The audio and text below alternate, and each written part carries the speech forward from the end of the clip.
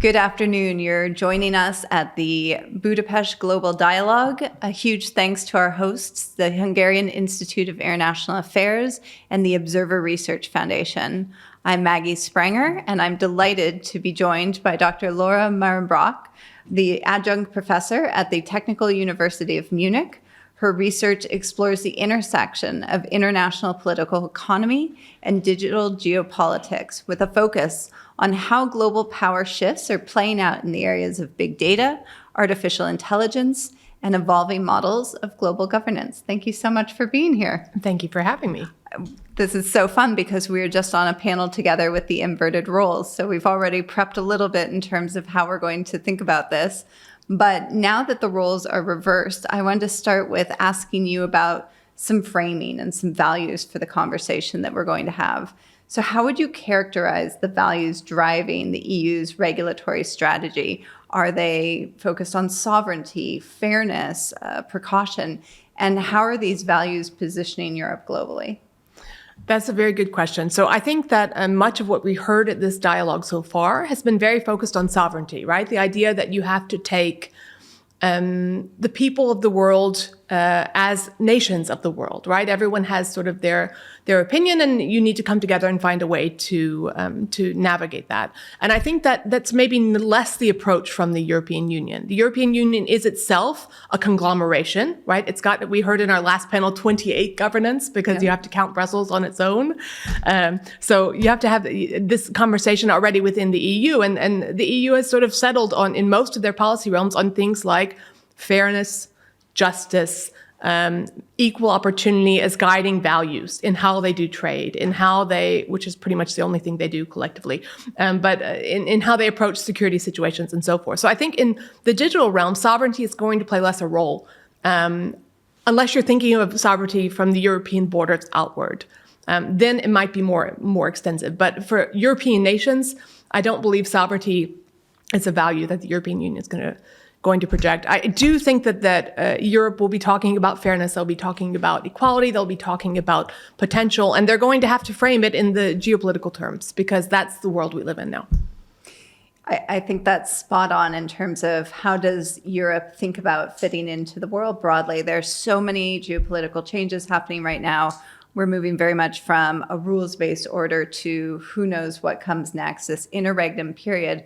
So as Europe is seeking to define itself in this moment, what are the institutional and cultural changes that are needed for the EU, not just in terms of regulation, but also in terms of next-gen innovation?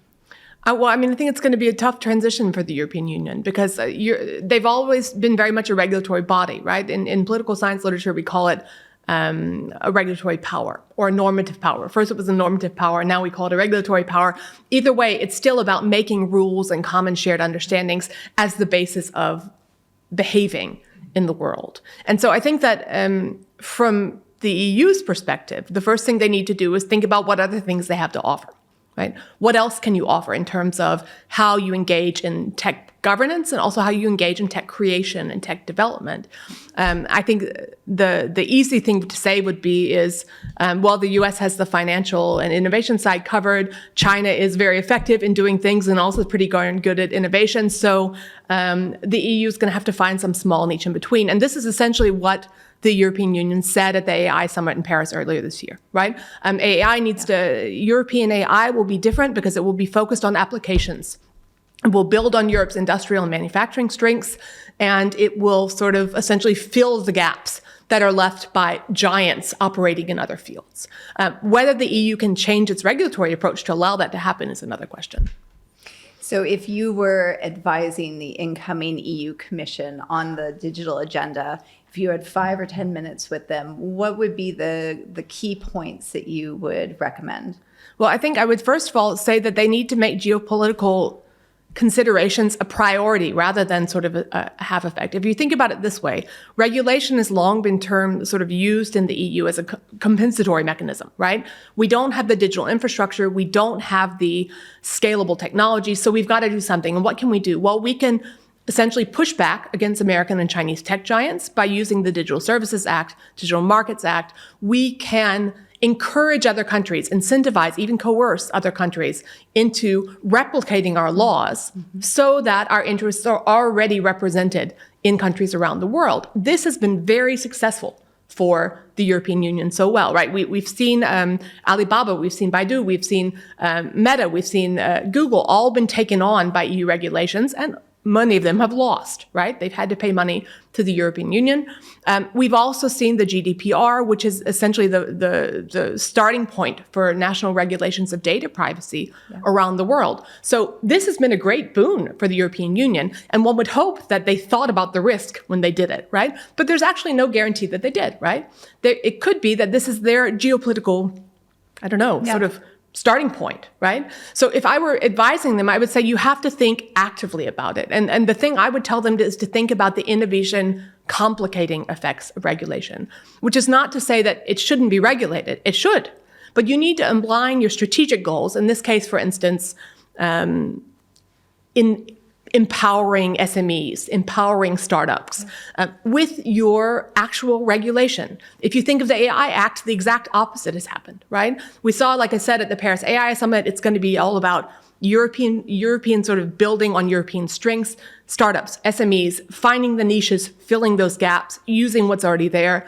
But the AI Act, these are precisely the companies that can't deal with the AI Act, right? It's just too much trouble. Yeah. And if you talk to people working in this, dealing with this in the environmental industry, for instance, they spend all of their time trying to figure out compliance. When are they going to innovate?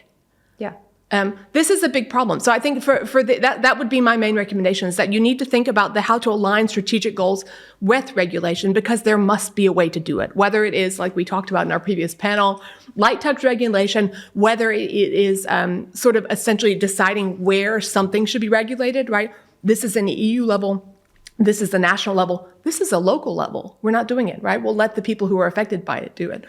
These are decisions that need to be made. And I think the EU assumption that we should push for ever more EU level may be problematic in that respect. It sort of goes against the culture. I think those are a lot of thoughtful points. I'm going to keep you in the seat. No, I love this. Are you kidding? I'm going to keep you in the seat of advisor. Talk to me about China. How does China factor into the EU's regulatory calculus, especially as a global exporter of digital infrastructure and these AI norms? China is a problem for Europe, not because there's not a lot of potential, which there is, but because it's hard to sort of deal with all the pulling and pushing in both directions, right? So on one hand, you've got sort of the general, for years, policy of so-called de-risking.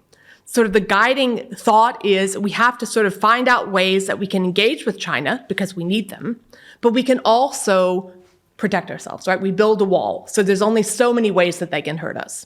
This is the simplification of it. And something that I just read not too long ago, which I thought was very smart from, and now I'm going to forget his name, Kleinhaus and the other guy from the German Foreign Policy Association, which I apologize to you on the internet for not knowing your name, but your paper was great. The internet will find it. They will write in. Gut gemacht. They will find us. They will find us. They talk about reverse dependencies. So essentially what they say, and I thought it was very smart, is that the EU could strategically think about how to deal with China in the sense of we need China, but actually China also needs us, yes. Right? What kinds of sectors can we focus on so that what we do here well, China will realize they can't get any better anywhere else in the world. And I think that there will be some difficulties in doing this, right? These reverse dependencies, part of which because of the influence of the United States still in Europe, which will make it harder for China essentially to maximize its gains from that, and for the EU to also protect itself from sort of the geopolitical power struggles. But I do think that could be one means of doing it, is thinking about sort of these reverse dependencies and figuring out how to sort of build mutual benefits is a term we don't say anymore, right? But it's not a bad term, in my opinion. Mutually beneficial relationship, right? One where China gets something it wants and the EU gets something it wants, because both have gigantic markets to offer, both have high tech to offer, right? There's already a lot of collaboration with Audi, with BMW, right? The German car makers, for instance, are all there. This is why the electric vehicle taxes were such a problem. So yeah, we'll have to see how that develops. Yes. I think those interdependencies do still exist. I think sometimes they are put to the wayside or forgotten or not sufficiently emphasized, but are so critical. And also, I very much see the role of public and private partnerships stepping into some of those, geopolitical vacuums and being able to be a voice of collaboration, maybe. But staying in that advisor seat for one more round, we did China. Let's go back to the United States. You mentioned that you were born in the United States, but you now live in Germany. So you have this really interesting vantage of both locations. Things are busy at home, right? So given all that political uncertainty, how will regulatory cooperation or divergence evolve? And how is Europe broadly looking at the Trump 2 administration and thinking about both potential opportunities for collaboration or, what we heard a little bit in the last panel, putting up some independent technology stacks, thinking about what it looks like to build more independently and not have that vulnerability? Yeah, I think this is a tough question. So I'm guessing you mean convergence between the EU and the US. Okay. I think that in general, what we have seen in the past is that the U.S. avoids regulation, right, to a great extent, Certainly both because certainly more than the European Union, because it suits sort of their innovation mechanism, it suits sort of the strand of capitalism that they are representing, and I think that's gone quite well for the United States. I think that this changing a bit, right? We see in the Senate and the Congress at the moment considerations of forbidding states in the United States to legislate AI because the U.S. needs a federal legislation before it needs a state legislation. This is one of the bills under consideration. So if that's true, this could cause more domestic problems in the United States in terms of navigating that and would mean a less cohesive regulatory situation until something is made, right? There would be essentially non-regulation in the United States. This is not something where the EU could ever come together with the United States on that, I think. Unless, of course, the EU then says reverse, right? And says we're not going to regulate in Brussels, we're only going to regulate at the member state level, in which case we would have even more confusion. So I think that divergence is very unlikely. The best thing that they could do, in my opinion, is to focus their scale smaller, right? One of the things that I have recommended, and not just here, I said the same thing in Shanghai last September, was that